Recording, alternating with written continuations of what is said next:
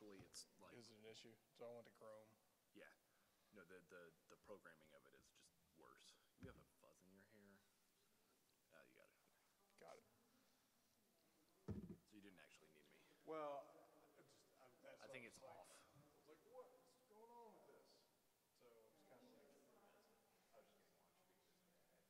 Yeah, no, if you still need me, then go ahead. I still, like, I did not expect this fire marshal thing to be what it is. And in fact, he'll be here another 3 hours. I was like, what the fuck is this? Like, it's nice to know that, like, he's a nice enough guy. But tell me this is going to be 6 hours. Huh? What do you think? I mean, well, oh, okay, you had it flush with this plus the table. Yeah. Yes, you're going to have to re-gaff tape, but yes. Yeah, no, that. It's a pretty minimal, just for the president PowerPoint. Are there any videos? I guess so. I don't have control over it. Because this is another co-chair. Okay. We have something that looks like that, but it's not. And how many of this is this? Is that it? Okay. You don't mind keep going. Doesn't look like it. Yeah, it's only 11 slides, so the president's office sent me this just to pop up there. So I have they haven't given us anything else. Yeah, I'll get this out.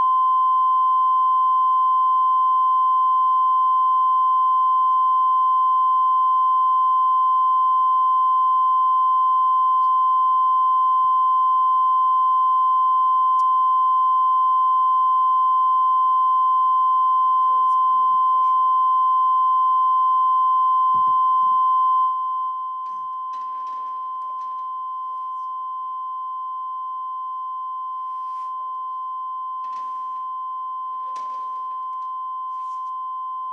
Once you learn that I call you Jay Mason, stop.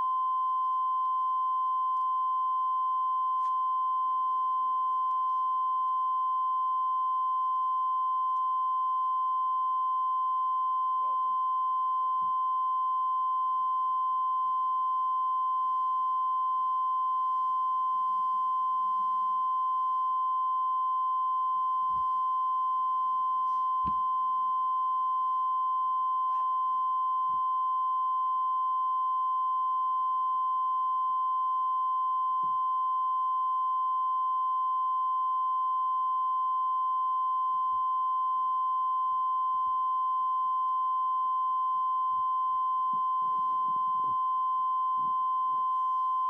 Does that look centered?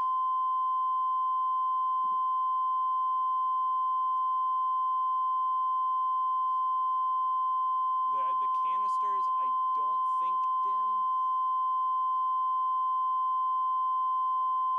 No, the chandeliers are dimmed.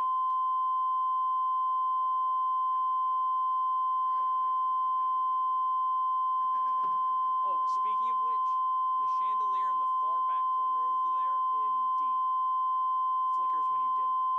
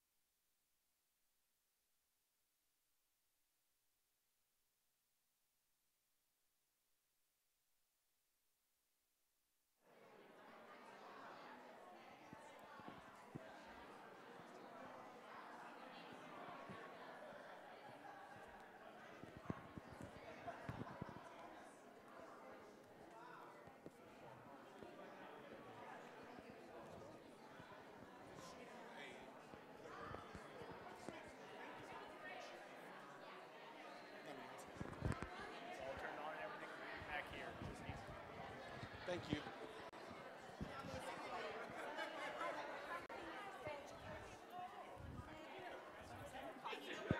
Would you prefer to walk around instead of stay up there?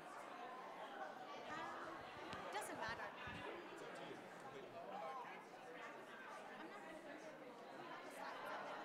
Clicker's up here. So you can stand up here or you can walk around. It's up to you.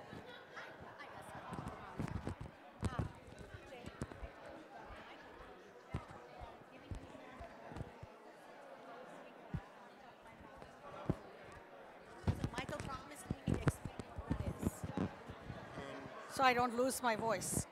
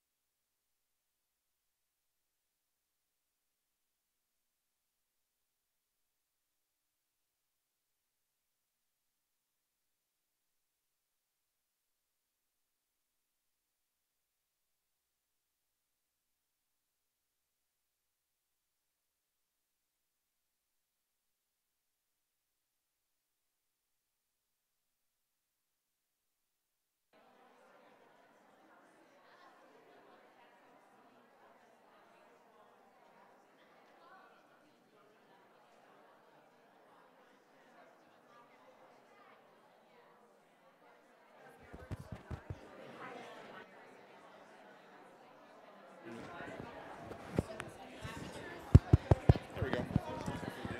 Hi, everybody. Hello. We'll get started in a minute, but I have 2 requests of you. They're actually fairly easy to do. Number 1, Jake Beamer tells me that in the theater they would say, the closer people are together, the more likely they are to interact. So we want you to interact. So if it's not too terribly inconvenient, get closer. That's number 1, if you can, or just like, you know. Secondly, equally importantly, I understand there are snacks at the end of our hallway back there, and they are for you. So make sure that you grab a snack. They are. How, Beth Bain, that would be so mean of me to tell them there's actually lots of good stuff back there, just not for you. Now, so please be sure that you grab something. All right, let's give it another minute. Thank you for coming forward. I appreciate it.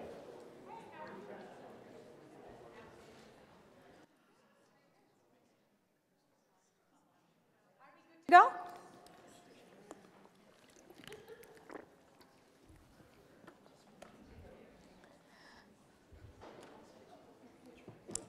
Okay. Good afternoon, everybody. Thank you so much for being here today. As we promised, we'll have lots of updates on the strategic planning process, and today is one more in these ongoing series of updates. Let's see.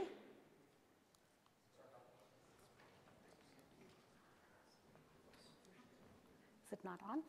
There you go. All right. I guess I already welcomed you, so that can go. I just wanted to do a couple of quick reminders. My goal today is to just level set where we are and then turn it over to the work group chairs, because each of them have updates for you, and you may have more detailed questions as well. So if you all remember, we said we would do 2 3-year plans. Do you remember that? 19 to 22 and 22 through 25. I am curious, does anybody remember why? Why are we doing 2 3-year plans as opposed to a 10-year plan or a 20-year plan? Yes. Accountability, yes, A++. So part of the reason we're doing that genuinely is that we hold each other accountable. And another reason, as we talked about, is the world is changing so rapidly that if we can create a process whereby every year we decide what's happening the next 3 years, that will keep us more nimble and flexible. And In terms of our vision and where we are going to go, I've told you from the get-go, even while I was interviewing for the job, that to me, it's all about staying true to the fundamentals, the core of who we are. And that number one, we're going to be a great place to learn. In order to do that, we have to make sure that our faculty and staff believe and experience this as a great place to work. And in order to make that happen, that all the many constituencies that we serve view us as a great place to invest. And that these three are mutually reinforcing. In my mind, it's a virtuous cycle or a vicious cycle. We need to pay attention to all three, and then we said, why? Why should anybody believe us? Why will we be a great place to learn, work, invest? Those are the three work groups. And we said we will be bold. We will be that because we will be a place that celebrates diversity. We will be a place that tries very, very hard to foster equity in the dream that everybody feels included. We said inclusion is something that we cannot mandate from above, but that every individual should say, I feel included. So these themes of diversity, equity, and inclusion, we decided there were obviously there's many points of view, but this is important enough that each of the three work groups will have to pay attention and talk about how are we celebrating diversity, fostering equity, and striving to achieve inclusion in making this a great place to learn, to work, and to invest. And then we talked about values. Something that really helped is David Owen was kind enough to send, and all of you, please keep that feedback going of values that this institution has articulated and principles and things that we've all worked on. And I shared with you that I tried to create this acrostic, a mnemonic device for all of us, and really I was reflecting back what you were all saying were core values of this institution, all the way from the Presidential Search Committee to what I heard from you. Just bear with me for 1 second while we go through this. I won't read every one of these, but it's important that we remember our values so we can remind ourselves, are we actually staying true to those values? Number one, that we will be a community of care. 2, for accountability, that we are going to be held accountable. R, respect, that we'll be respectful of one another irrespective of our position. That diversity and inclusion are key to who we are foundational to who we are. Integrity and transparency, that as an institution, that has to be what we stand for. We said that we believe in the noble purpose for each of us in what we do. We're fortunate. We're an institution of higher education where we won't have to struggle that much about saying what is the noble purpose we achieve, but that we have an obligation to help the next generation, our students, find, pursue, and achieve their own noble purpose. We recognize that we need to be agile, that the world is changing so quickly that we all have to be willing to go into spaces that may not be the most comfortable for us because the world is changing. And finally, that we want to create a culture where we realize we are all leaders. Each of us has a responsibility for this university. So what did we do before? Now this one I promise I won't read through, but the left side is what I reviewed for you last time. This is to keep us all honest. What went into us forming the strategic planning process? Brought the leadership team together, reviewed for you the performance funding model from the CPE, the Council on Post-Secondary Education. We also talked about all the committees that have already been in place and how the strategic planning process doesn't mean we throw everything away, but instead we are trying to build on it, build on what we already have. So on the left side is material that I reviewed for you before. So from the last time we met to now, what has happened? Work group co-chairs were selected. As you know, Gail Dupuy and Jeff Bumpus are my co-chairs, but from there, the work group co-chairs, all of the work groups are now populated. I think I told you. If not, I know I said it in a video at least. We were looking to fill 90 spots, 30 people per work group. And when we asked for nominations, in just a few days, we got over 1,400 unique nominations. And so isn't that incredible? That speaks so well for our institution. It also means if you put in your name and you were not selected, don't take it personally. I'm glad I didn't have to make that call, but imagine having to go through 1,400 names to just get 90. So, and then trying to balance perspectives and ranks and different disciplines, etc. The reason we're inviting you today, and we'll do many more of these, is you still can and should stay engaged. They've established goals, and they'll talk to you about it a little more. We've established timelines, and each of them, they've incorporated the feedback. So part of the survey process, even the 1,400 people who nominated themselves, some of them would have ideas and say, I want to look at this, I want to see this happen. The work group chairs have reviewed all of that and have tried to incorporate it. And finally, they are, now each of them has deliverables. When this is done, what is it we hope to see from each work group? Strategy on what we want to do, actions, how we will get there. They're also going to tell us metrics. Where are we trying to go? How will we get there? How will we know we got there? So that's part of what each work group chair has been charged with and the work groups are working toward. Quick reminder, the executive committee is on the left. And I'm very, very proud that on the executive committee, we have representatives of faculty, staff, and student governance. And that's important. This executive committee is making decisions on overall direction, as well as making sure that there's no gaps. You know, each group is working on something, and we want to make sure that there's not misunderstanding at the end where each group says, I thought you were doing it. No, I thought you were doing it. So that's the goal of the executive committee. The work group chairs, once again, they're listed here. Many of them are here, and you'll hear more from them today. So very high level. Right now, we're in the develop the specific strategies, tactics, metrics, and timelines. They'll have a comment period throughout. Go to the website. The website will keep telling you where we are in the process. We're trying to encourage everybody to be as open and transparent as possible so you can provide feedback. We're still on track to launch something, talk about what our plans are for the fall. Does that make sense? So starting fall and the clock starts, because 22, if we want to deliver something, we need to say what has to happen in fall 19, spring 20, etc. So that's an overview. But before I turn it over to the chairs to give you a little bit of an overview, are there any questions or comments for me? This is also my opportunity to hear from you. Anything at all? I also have to warn you that unfortunately in about 15 minutes I need to go for another call. I need to join another call. So I just asked selfishly if I could have this time so that if there's anything at all you'd like to share. Yes, sir.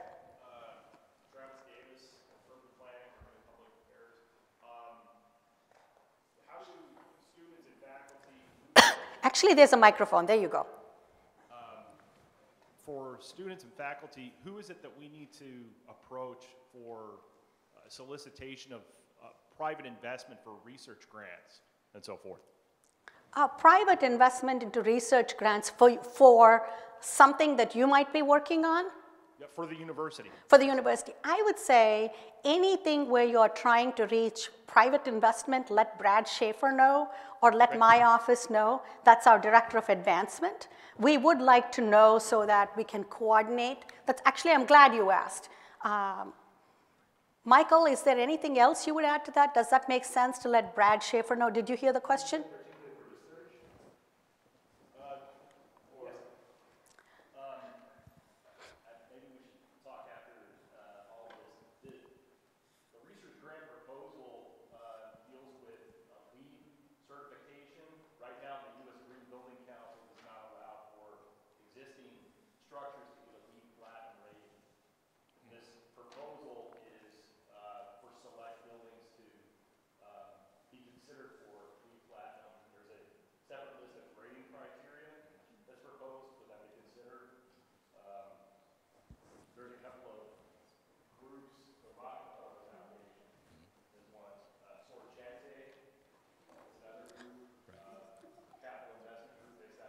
Makes sense. So, probably- I would say anything, if you want to email us, email me, email Michael Wade Smith.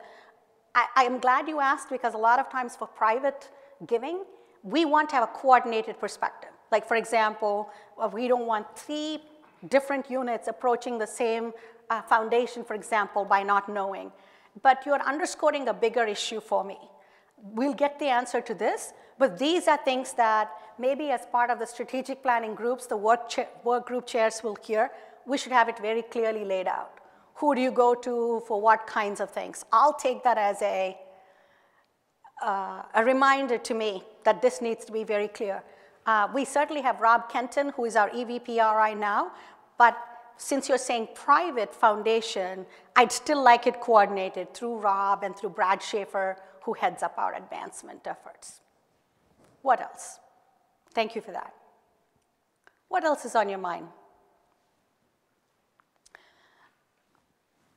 Okay, my same rule applies. You get 10 seconds to talk to your neighbor. And if you then have no questions, I'll let you go. Because you can always put it on your friend, right? You can say they want to know. That's why. Anything else? Yes? So how fast do we implement? Because we're talking of developing some strategic tactics, action plan, and how quick do you think we will implement those things? We need to start implementing right away. That's the whole point, because if it's a 3-year plan, we don't have the luxury of saying 1 year we'll study it, the 2nd year we'll set committees, and the 3rd year we'll try it.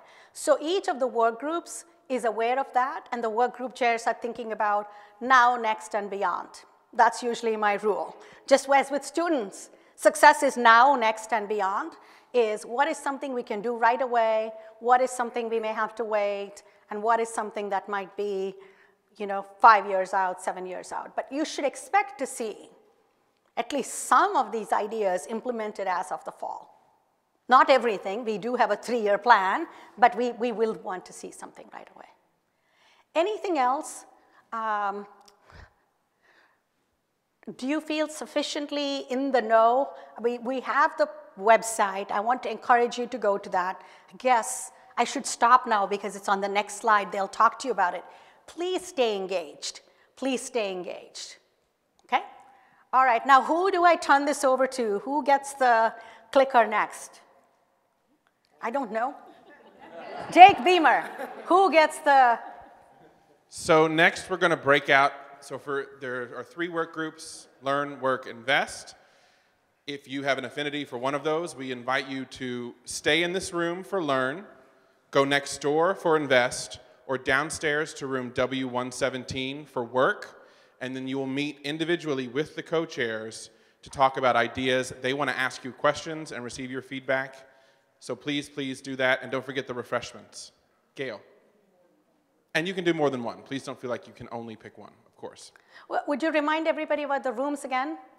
This room for Learn, next door for Invest, and downstairs W117 for Work. You can't miss it. If you take these stairs, go down, come back this direction, it's the first door on your right.